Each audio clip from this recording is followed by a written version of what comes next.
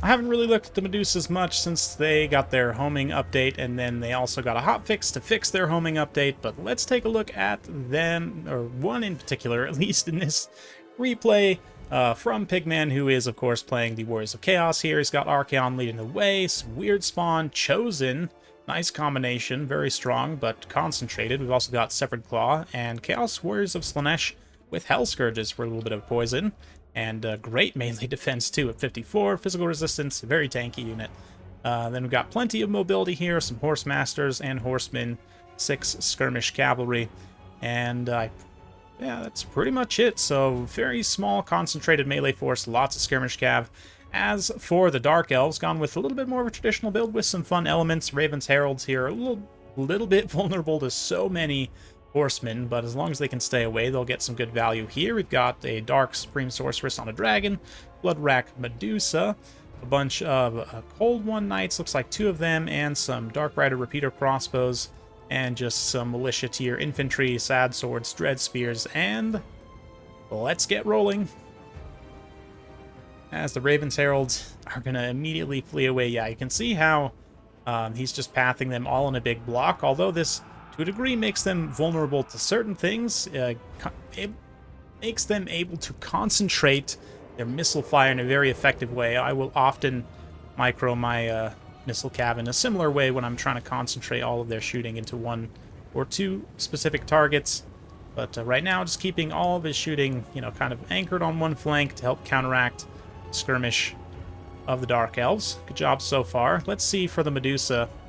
Been taking some javelins and hasn't been able to get a lot of damage. One of the biggest issues of the Medusa is actually just the fact that they're so squishy, melee, and yeah, they do have anti-large actually in melee now. That was also something fixed in the update, plus 30, which is actually fairly significant. But yeah, I would say you could fight 2v1 here with the Supreme Sorceress and the Blood Rack against Archaon, but with the Severed Claw closing in, that's not a fight you'd want to take with that heavy halberd support. So yeah, single entities for Dark Elves wisely pulling away. Gonna perhaps try and use that missile attack to go after those elite infantry. But oh yeah, it's a nice hit there on those Chosen. Definitely should just stay on shooting them as much as possible. Meanwhile, Slanesh Warriors get engaged here.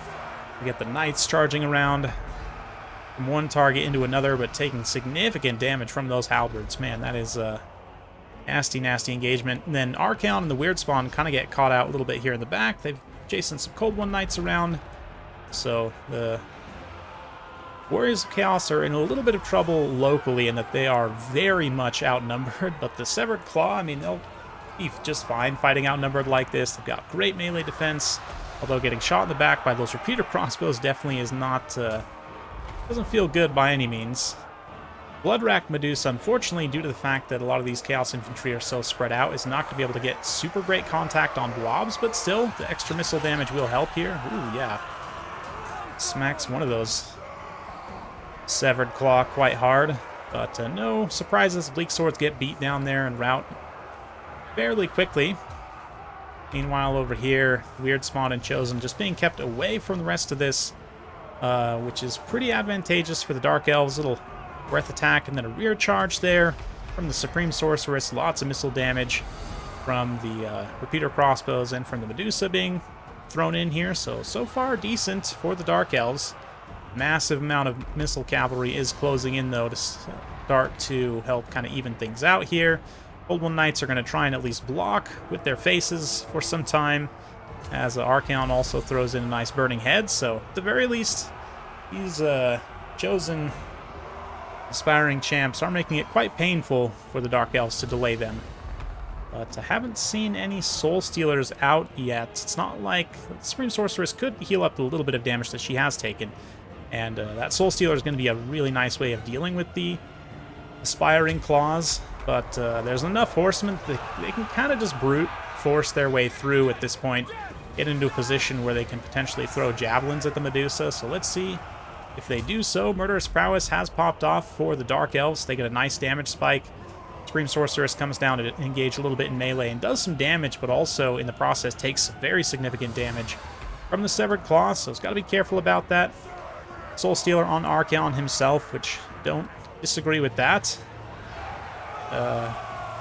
Yeah, even with the anti-large, the Medusa has no prayer by herself in this engagement, so the dragon definitely needs to drop down and fight here in melee.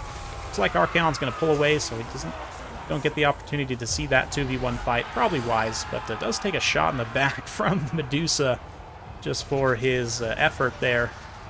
Chosen now closing in. Medusa could help fight in melee a little bit, perhaps terrify them away as those sad swords close the door. But Marauder Horsemen now moving out in space and just getting a beautiful surround on these Dark Riders and entrapping them in melee. Even with Murderous Prowess active, the Dark Riders are not going to be a match for the Marauder Horsemen in melee, so especially with those significant number differences. Horse Masters too, just better armor and stats all around, so nice trap there to get rid of a lot of the skirmish mobility of the Dark Elves. The warriors also have quite a bit of woods to try and block, like the Raven's Heralds and the Bloodwrack's shots here. You can see they're shooting from the trees, through the trees rather. Does get some decent hits there on Archaon. This Chosen man still completely healthy, but risky engagement for sure with the Supreme Sorceress charging Archaon directly, but some nice pressure. Oh, but the weird spawn closing in. Quite dangerous. Ooh, the dragon just barely able to avoid that. Takes a Spirit Leech for its troubles. But the weird spawn, if they were able to trap the dragon on the ground, oh, it went for another charge. No, not a good idea. Way too much support for the Warriors of Chaos nearby. I mean, I guess she's trying to rely on that Soulstealer, but does not have the combat stats to really stand against Archaon anyway, and especially with the weird spawn now trapping her in. Oh, I don't want to say that was a straight-up throw for the Dark Elves. We'll see. But, yeah, not a good decision. Definitely should have just hung back. Gone back to, you know, fight with the Bloodwrack, help finish off the Severed Claw, and then you want the Bloodwrack plus the Dragon together to fight Archaon in the late game. Definitely get rid of the weird spawn too if you can, but easier said than done, especially with all these horsemen running all over the field, just pressuring everything and making life very painful for the Dark Elves trying to get any of their remaining missile units online. That wide pressure's proving effective. Marauder Horsemen have pretty much used up all their ammunition at this point, just literally fighting in melee, being used as proper light cavalry at this point. Let's fast forward a little bit, cue the Benny Hill music as they attempt to chase off the Supreme Sorceress Dragon from below. Unfortunately, that Soulstealer does whiff on the cast. Doesn't actually hit anything. That is a very unfortunate turn of events. Could have got a little bit of extra healing. Bloodwrack, though, gets kind of hung out to dry while all of that is transpiring. Gets killed by the weird spawn and those Marauder Horsemen in rather unceremonious circle-beating fashion. Then with a little bit of Spirit Leech on the Supreme Sorceress, looks like the Warriors of Chaos are going to close the door on this particular battle. Let's see. Yeah, the Supreme Sorceress, Raven's Heralds are able to isolate a couple of units here. A little Soulstealer there gets Archaon very low. Okay, perhaps victory is in our grasp. Maybe if Archaon gets routed here, it's possible we could see a big chain tear out of the Horsemen. The Weird Spawn, though, are unbreakable, and I think they could just about by themselves probably kill the dragon, at least by itself. Maybe not with the rest of this supporting element, especially these fairly healthy Bleak Swords, but let's see. It's not over yet. Little Spirit Leech there. And Raven's Heralds and the Dragon just continuing to deal damage. Archaon and his pursuing melee units need to take a little bit of a better angle, but eventually, yeah, it's just going to be army losses. So there you go. Dark Elves, valiant finish. Tried to hold it together there at the end, but credit to Pigman there. Like that Warriors of Chaos build. So much skirmish cavalry can be tough to manage, but he did a fairly good job of concentrating them and using them in an appropriate manner to go after, you know, priority threats wherever needed. I have to say, I'm impressed by the Bloodwrack, though. I've got to give these gals another look. And potentially in builds like this, where you need a little bit of key anti-large, but also some skirmish potential to sort of get like a little bit of a hybrid role, honestly. Could be interesting to see how that works out in the long term.